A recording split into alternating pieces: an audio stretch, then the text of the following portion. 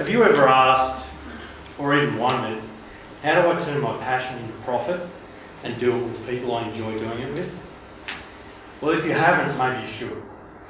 I'm a firm believer in the universal mind space and putting ideas and questions out there into the ether and waiting for the opportunities to arise. Esoteric, maybe.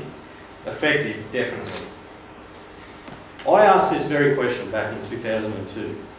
I love mountain biking, and I would have bought one of your cycle speedo things instead.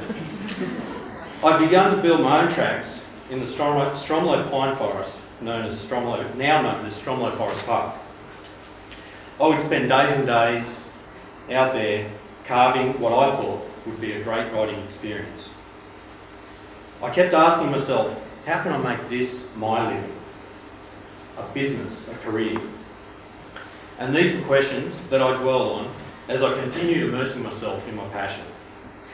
You see, there was no bucket of work that I could tender for or get involved in. I was in a non-existent marketplace. I believe that asking the question, waiting, and being open to the opportunities is the key to getting the perfect outcome.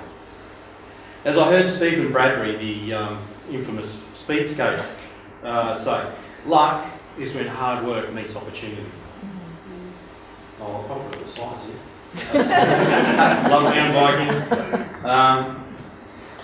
No one will forget the fires in 2003 that decimated the western edge of Canberra. 4 lives were lost and over 500 homes were razed to the ground. That western edge also housed all of the mountain bike tracks that I built. The ACT government announced that Stromlo Forest Park would be constructed on that pine plantation that once housed the tracks that I built. Was this the opportunity that I've been waiting for? You bet it was. Following the announcement, many so-called serendipitous events occurred. I was given the opportunity to build the mountain biking tracks at Stromlo Forest Park. I had to invest $100,000 in machinery with no future work, but it was just a decision I had to make. I had to say yes. There was no other option for me. And that, to me, is a meant-to-be moment, or when all the hard work met the opportunity. To some, this might seem like dumb luck, but this is not an isolated event.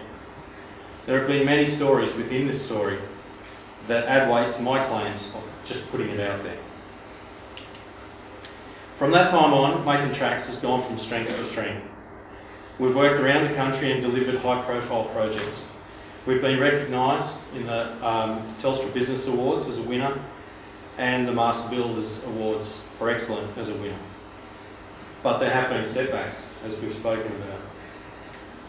As with all businesses and life in general, there are setbacks, lots of them. But I believe, and I thought I made this up, but I believe setbacks are really setups. Opportunities in disguise, a cloud with a silver lining, you might say. It sounds crazy, but let me explain. I wonder if Makin Trax would be in existence today without the fires of 2003.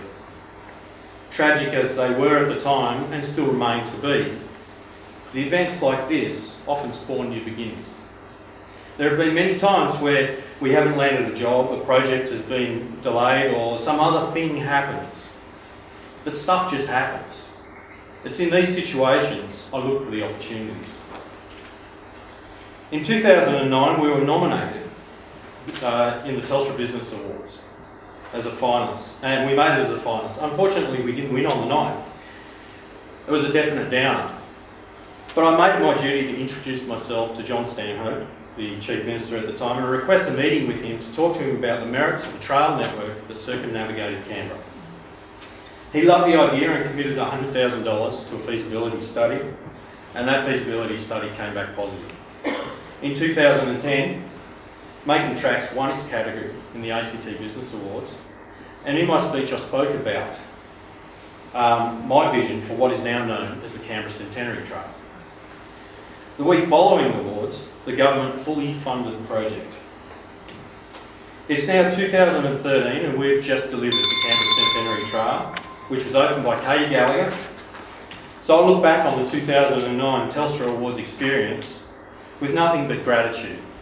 3 tips in closing: passion. If you're not passionate about your pursuit, get out. You won't see the long term. Patience, don't rush.